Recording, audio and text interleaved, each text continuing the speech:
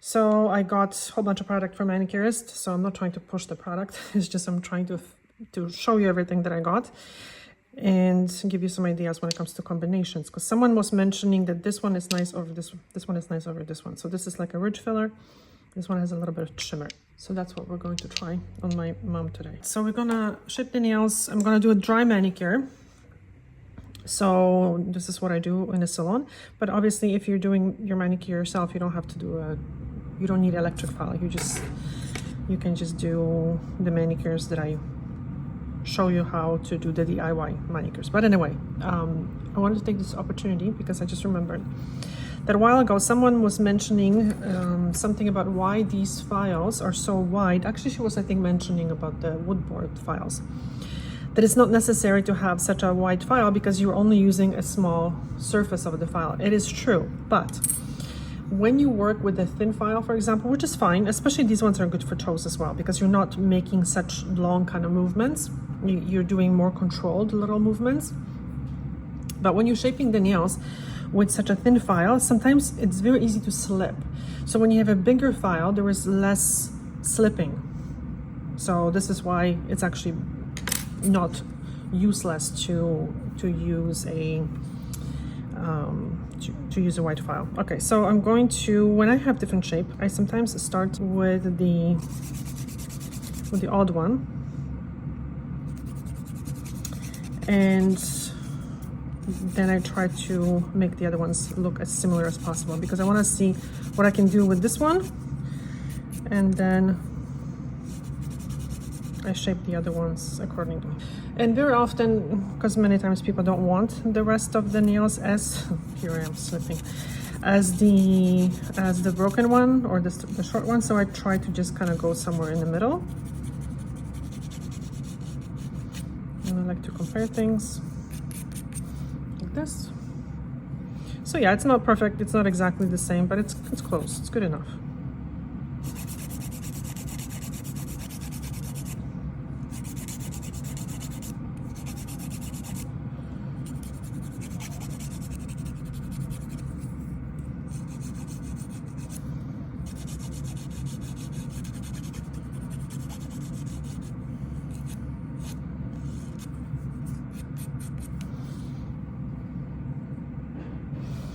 So this one, as you can see, it's actually opposite of my nails, but this one, the nail bed is a little bit shorter. So it depends. If I was just leaving the nails without any nail polish, usually the clients would like the whites to match.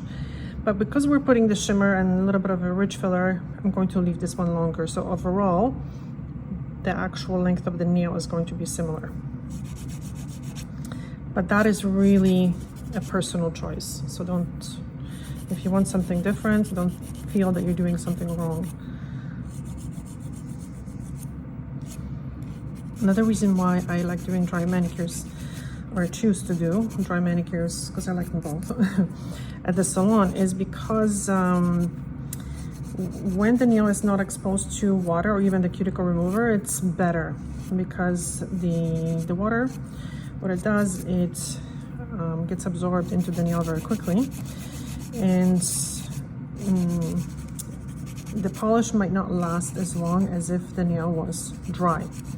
So for me, it's better to do a dry manicure, and I feel I can do a little bit more. So, and especially because people don't come like every single week. If they came every single week and if they really cared for their nails and for the skin around the nails, then it would be different.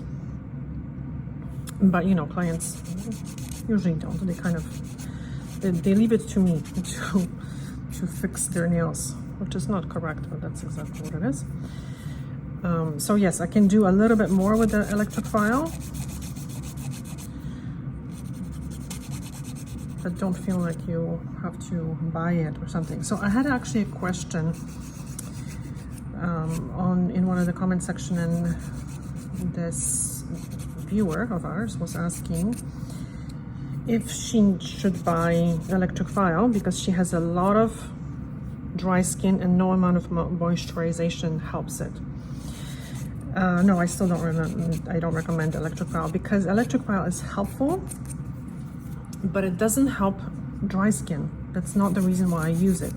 It's good for calloused skin, for calluses, but dryness has to be addressed in a different way. So it's usually, the answer is not so simple. Like I would have to, in order to give her a good advice, I would really have to see how she cares for her nails, because people very often will say, oh yeah, I moisturize so much and blah blah, and then it turns out that they use a bar soap that they actually moisturize like twice a week, because to them that's enough, and it's not. They use only oil, which is not really hydrating, believe it or not. So oil is very helpful for sure, but it's not everything that you need. So usually we find the solution why the skin is the way it is. So just throwing more techniques or more products is not necessarily, or especially just trying to file off the dry skin, that's just not a solution. It's not a good solution. It's a quick fix, but it's not a good solution long term, because you're just damaging the skin. Because dry skin, and I feel like I explain this every single time, but more people are asking, so oops. So I feel like maybe I have to talk about it a little bit more. Dry skin is usually a symptom of impaired skin barrier. So by filing it, it's like, if you have a garden and you have a dry, it's the soil is completely dry. Taking that soil and just dumping it, just taking it out of the garden and just getting rid of it, well, yeah, temporarily is going to make everything look better, but you haven't fixed anything. You haven't fixed any issues, and this is exactly what happens when people try to file away dry skin. What you need to do is you have to water it, but also you need something so the soil will retain that water, because if you have just sand or something, it's not going to really help. You have to mulch it, you have to, you have to fix it. Same thing with the skin. So now I'm just smoothing, because sometimes there's a little bit of callus. There are these little pieces very often that people like to pick out, and this fixes it. The reason why I like this, because the tool is very small, so it's very precise. So I use the electric file more for precision, not to just go crazy with filing away dry skin. It's almost like a microdermabrasion, just very gentle. Again, microdermabrasion, yes, it's a very light exfoliation. It's very helpful in some cases, not in all the cases. It's not a solution for every skin problem either, but it helps. It's a nice treatment, but you can't overdo it either. You can't be getting microdermabrasion done every week in hopes that it's going to fix your dry skin. No, it's going to make the skin look maybe a little bit more fresh, but you still have to care for your skin. You have to protect your skin. You have to use gentle cleansers, protect it from too much sun and all kinds of different things. It's not so easy sometimes to find the solution, because you have to find out what exactly the person is doing. Okay, so another thing that is important is not to really understand what the skin fold is and what the cuticle is. So here, if there is, because usually people use this just like I am right now, to write or to hold things, so this area gets a little bit calloused. So the key is to just reduce it gently, but not to remove it either. Not to remove the callus.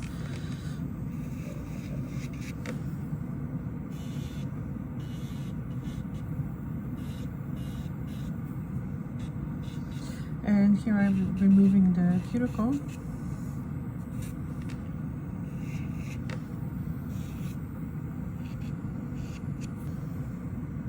To make sure that the polish goes on nice and clean, because there are a bit of a skin cells here that will prevent the polish sticking to the nail plate.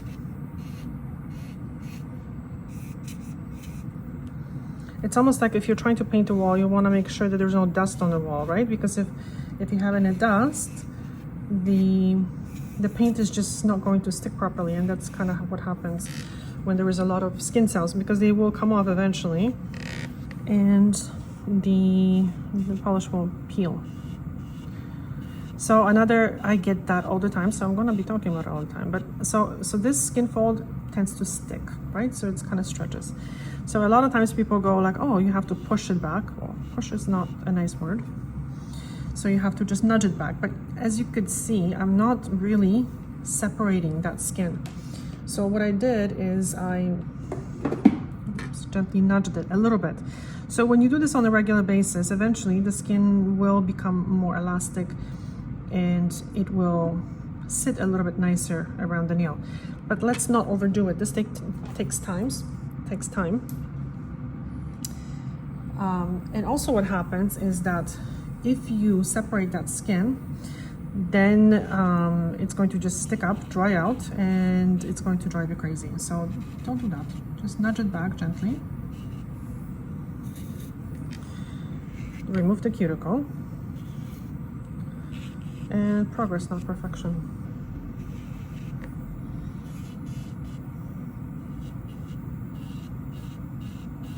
So the cuticle is actually in between the skin fold and the nail. So the cuticle is actually what kind of keeps the skin fold on the nail. Otherwise you would have like a, I guess, a hole, you know? So this is an important thing to know. So once the cuticle is past the skin fold, it's not sealing anything anymore, so we can remove it. But yes, I don't think it's a very good idea to be digging for it under the skin fold. I really don't think it's a good idea for the sake of looks. Because the thing is too, people go like, well, but the skin is ugly, so I'm just going to cut it. Well, yeah, but if you care for it, then it's not going to be ugly. The problem is it's ugly because, you know, you're not caring for it.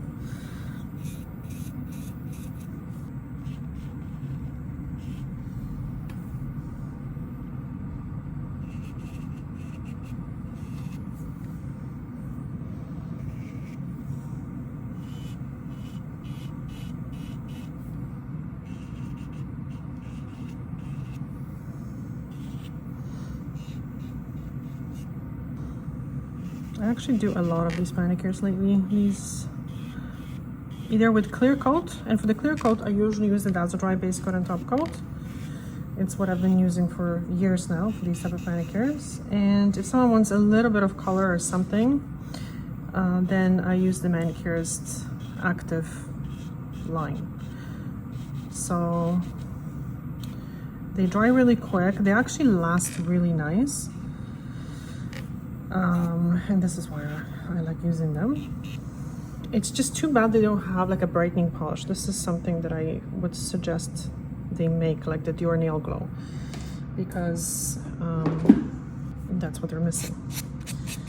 Just going to bevel the free edge nicely so it doesn't catch. This makes a huge difference.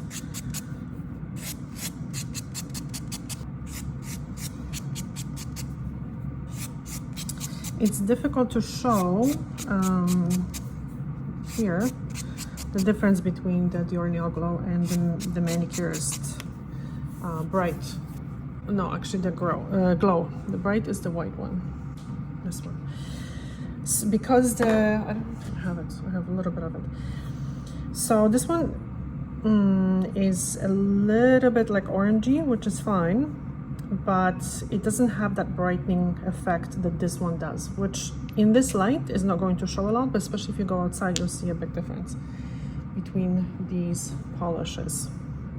So the brightening will actually make the white part a little bit whiter and the pink part not really pinkier, but a little bit brighter. All right, so this is it. I'm just going to wipe the nails. So I actually have a special cleanser for these polishes, but I left it at the office because yes, I was using it there. But in this case, I'm just using alcohol, 98% alcohol. Okay, so we're gonna use this one. Okay, so let's paint. So this is a smoothing polish, so it's like a ridge filler, I guess. But I'm going to use a thin coat. The brushes are quite good. I would say they're very good. Which makes polishing much easier. I was just discussing this with one of the clients because she was saying something about polishing her toes and which polishes I recommend. And I actually told her that I would recommend for her the Revlon. I don't have it here, but the Revlon, you know, the HD something snap. And the reason why I recommend it is, I mean, because it doesn't need a base coat, it doesn't need a top coat, it's just 2 coats. It lasts really well. And it has an amazing brush and very good formula that makes it easier.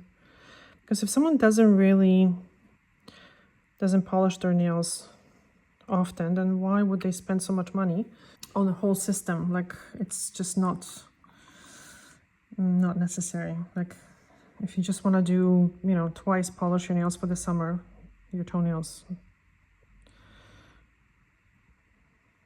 don't buy, you know, 4 nail polishes or 3, in my opinion, especially when they're expensive, you know. And that one is not expensive, and I've tried it and it's very good. And there's no such a thing as a one product that fits all, right? So this is another thing. People sometimes ask me like what I recommend, but it really depends on the needs. So if someone who constantly wears nail polish on their toes, I would definitely recommend Dazzle Dry. I know for sure that's, in my opinion, one of the best polishes for pedicures. That's what I use here. But, you know, it's expensive, not available everywhere, and it's not necessary for everyone. Okay, by the way, very important thing. I used this on Mr. Salon Life here a couple days ago because I thought it would be a little bit more matte, and it's not like super matte. It's not shiny, but it's not matte, just to let you know. Okay. It looks, I mean, it doesn't look shiny, but you can tell there's a polish on the nails. All right, so let's do this one. I really love this one. And I don't have the plump, but you've seen the plump because I have it at the office. So we're not gonna use plump this time, but this is, my mom likes these shimmery polishes, so that's what she picked.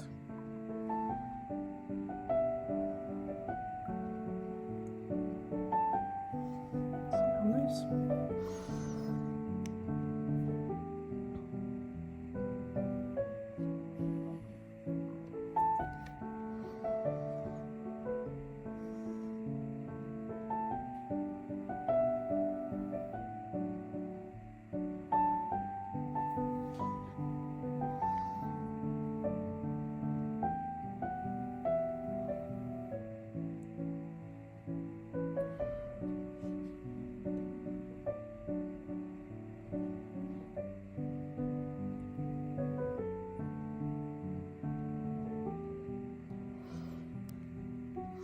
I think like a brightening polish would really look good under this even shimmery polish.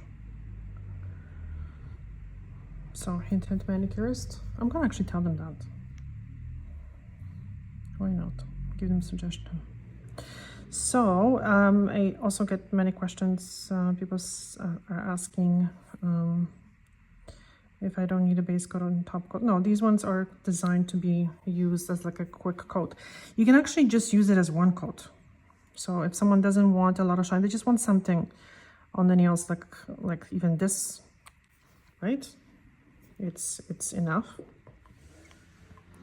So yes, this one, and of course you're gonna have a better shine with base coat, 2 layers of polish and a top coat, but not everyone wants it again, right? So for a lot of people, the convenience of 2 quick coats and the manicure being dry within 5 minutes and being quicker and cheaper is what they are looking for.